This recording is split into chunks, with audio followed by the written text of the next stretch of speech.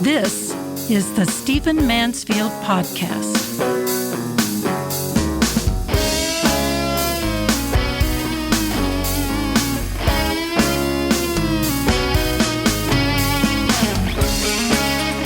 Well, welcome to the Stephen Mansfield Podcast, the podcast where we look at our times through the lens of character and history, faith, and leadership. It's great to have you with me. Forgive my raspy voice as I record this. I was going to let one of my associates record this, but there's something so important happening in our world that I wanted to do it myself, even if I ended up sounding like Rod Stewart. If you are paying attention to the news at all, you know that there are protests happening in Iran. Now, that's not that unusual, but these protests really say something significant. And I want to take a moment to reflect on some of my own experiences, some of my own history, to tell you how significant this is for me. In 1979, the Shah of Iran was driven from Iran, and a religious clerical government was set in place, largely under the Ayatollah Khomeini. It was 1979, as I say. I was in college. I was in undergraduate school. I was studying history and foreign policy. This was immensely significant to me. My father had served in Iran during his military career. He was still in the military in 1979, hadn't retired yet. So I had heard the stories, seen the pictures, felt a kinship. I'd had Iranian friends, though I had never even been in the Middle East by this point in my life. That's funny now, given how many dozens and dozens and dozens of trips I've taken to the Middle East. But in 1979, I would have been a junior, I guess, in college, would have been studying history and foreign policy out of my general ed requirements into my major. And I was paying close attention to this. And it was tragic.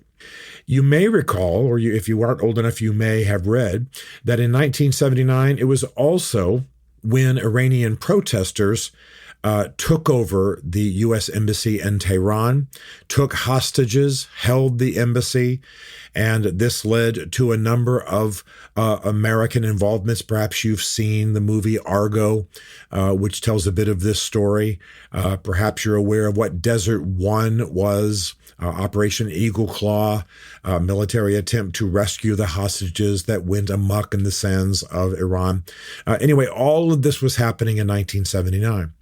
So given that it happened at such a significant point in my life, and then later that my life would be so much intertwined with the Middle East, what's happened in Iran, what's going on in Iran has always been very significant to me. This became even more the case here of late as Kurds have taken the lead in opposition in Iran. And that's what's going on right now. I won't take a lot of time to develop this, but as you know, really since the early 90s, when I was introduced to the Kurds and introduced to the needs of the Kurds and was part of some organizations that were helping the Kurds, I've been very much involved with the Kurds. Make a couple, 3 trips a year now, have written about them, done a TED Talk about them, lobbied Congress about them, been to the Vatican to make an embassy in their behalf, and consider myself kind of a friend to the Kurds, unofficially advocating for them wherever I can. I love the Kurds because though they are a 97% Muslim people, and you would think that a Christian like me might find them suspect or might distance himself a bit, the fact of the matter is that the Kurds are the moderates of the Middle East. They've been so mistreated by their Islamic brothers, so many fatwas, religious decrees against them, so horribly mistreated by Saddam and his manipulation of Islamic clerics, that they are actually moderates. You'll find amongst the Kurds Sunnis, Shiites, you'll find Christians, you'll find Jews. As I've often told on this podcast, when I go back to Erbil, the capital of the region, Kurdish region of northern Iraq, I walk through a government building where there is a Christian office. There is an Yazidi office. That's one of the religions amongst the Kurds. There, of course, are Islamic offices. I have walked the halls of the government in Erbil and run on to rabbis from Israel. People who would never go into most Muslim countries, but they are welcomed by the Kurds, at least for dialogue and for trade purposes. So all of that to say that I have a soft place in my heart for Kurds, love the Kurds, and of course, the Kurds lapse over a number of nations in the Middle East. They're not just in Iraq, where most of my history and involvement is with them, but they are throughout Europe, they are throughout the Middle East, and they are very present in Iran. Well, as I record this now, on the 9th of January, 2026, for 2 weeks, there have been protests going on in Iran. A huge portion of this is that the economy is falling apart. It's tragic what is happening to the people in Iran. Some of this is a result of sanctions, which the government brought on itself. Some of this is a result of just horrible management by the clerical government of Iran.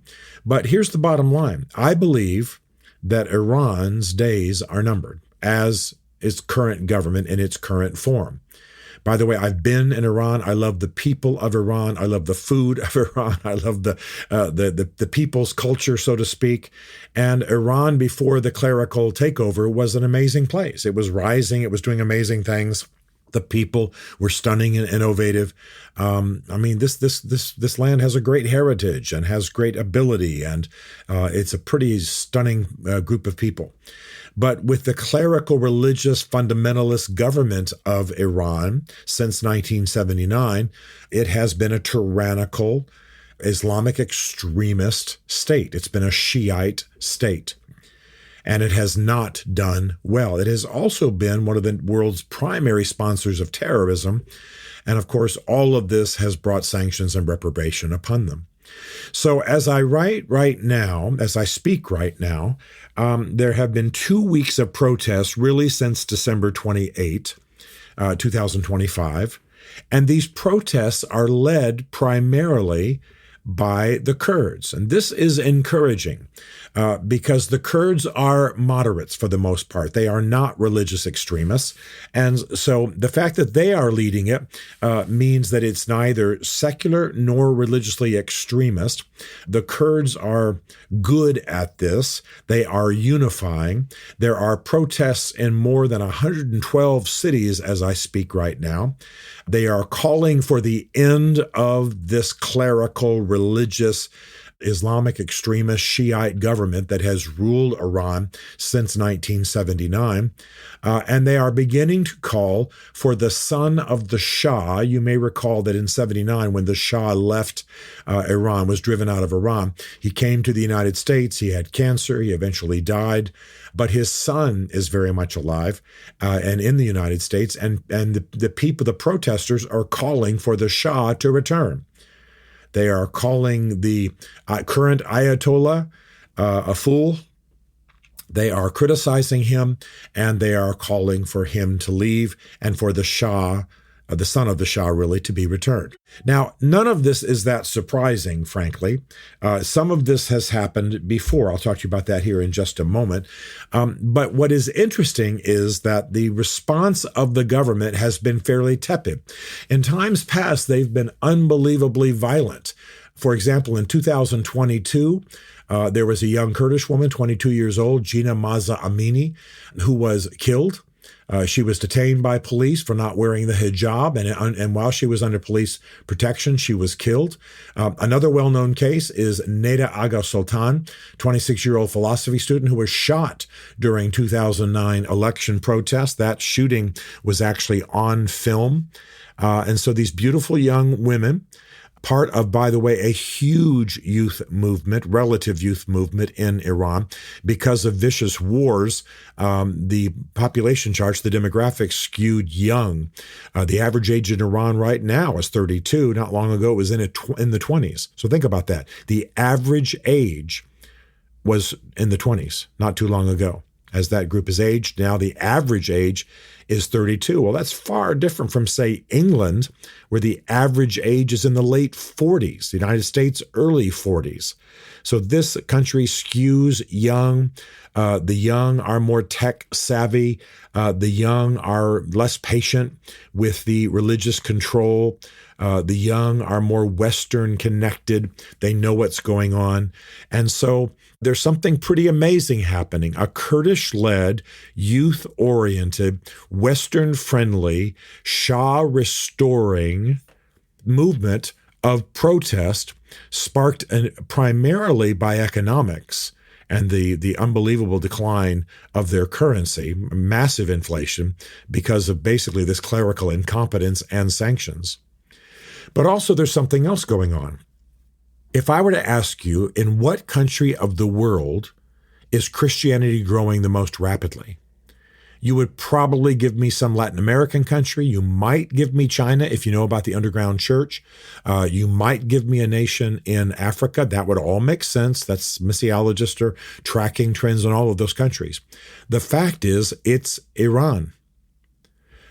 Christianity is growing most rapidly as a percentage of population in Iran. And it's largely underground. And by the way, I find this to be a lot of fun. It is largely miniature cell groups, small groups meeting in cars. They stay mobile. They drive around. They don't meet in homes where their singing can be heard and so on, and where they can be targeted and where neighbors can report them. So they get in vans. They get in cars. They play worship music downloaded from satellite. They listen to Western Farsi-speaking preachers. Farsi is the language primarily spoken in Iran, Farsi and Arabic. So I can name a number of organizations in the West that have Farsi Christian preachers and speakers and teachers. So you might have, let's picture a van, 8 kids in it, eight 30-year-olds, 8 20-year-olds, somewhere in that range, young people. They're driving around, they're staying mobile, they're singing the Christian songs, they're listening to Christian preachers, they're praying, all the while almost completely untrackable because what they're listening to, what they're downloading is from satellite, and they are not in one place. They drive all over the city, staying mobile, so they can't be tracked. Again, no neighbors can get irritated with their singing or get nervous and turn them in, and things of that nature. So you have something exciting happening in Iran. Am I predicting that this is going to be the overthrow of the regime? I'm praying for it. I'm hoping for it. Because I love the Iranian people. I love who they are. And while I am very experienced and very friendly with Islamic friends and people groups, I believe that the future of Iran is a democracy which is religiously tolerant. I believe that's where we're going. I believe there's a Christian movement that's going to be allowed and tolerated and legal. I believe extremist Islam is going to be the thing that's going to be ended and decreased and legislated against. Not that the people are persecuted, but the extremism is held in check. You'll still have a majority Muslim country, but you'll have Christianity legalized. There are Christian churches now in Iran that are not persecuted. They're just kept from evangelizing, but I think even that will change.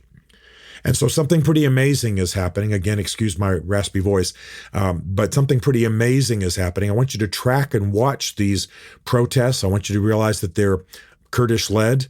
I want you to realize that they are Christian-fueled. I want you to realize that things like this have happened in the past, but the response of the regime was violent and vicious and immediate, and that's not what's happening now. Somehow the regime is being held in check.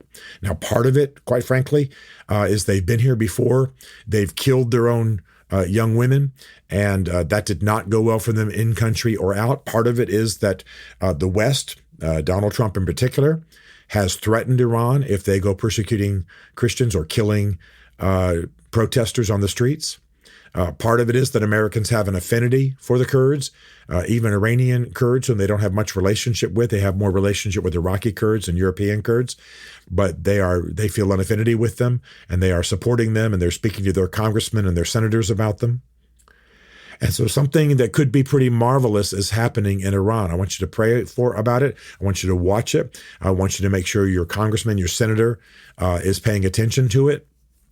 I want you to be glad that Donald Trump, and I guess I need to say every time I mention him, I'm as willing to criticize him as I am to be encouraging about him.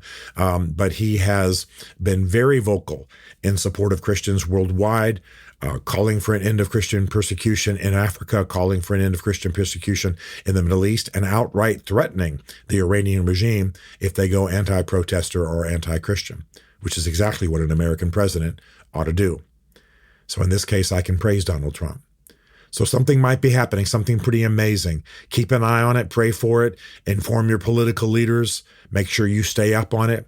And let's hope for good things here, because if the regime continues to be weak in its response, if the protesters continue to gather strength, if the young Muslim, lightly Muslim protesters join young Christian protesters, and Christian protesters feel like they can be outspoken, something pretty amazing could happen here, especially if the West protects them, so to speak, by threats, by warnings.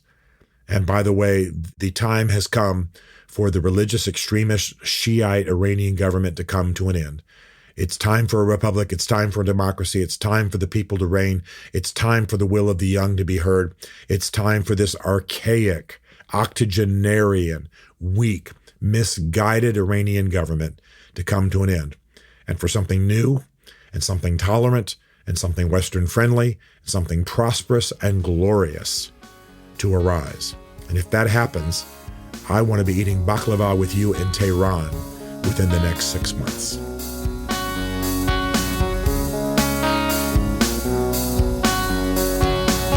Stephen Mansfield is a New York Times bestselling author, a popular speaker, and a frequent faith and culture commentator in international media.